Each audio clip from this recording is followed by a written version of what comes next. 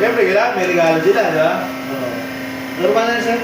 Kahit sa boss namin dati, sabi ano, mayroon dito ang pagkain kasi, regalo.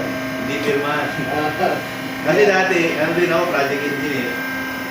Yung pipirma ng completion, kasi may retention yan eh, di ba? 10% client nyo yan.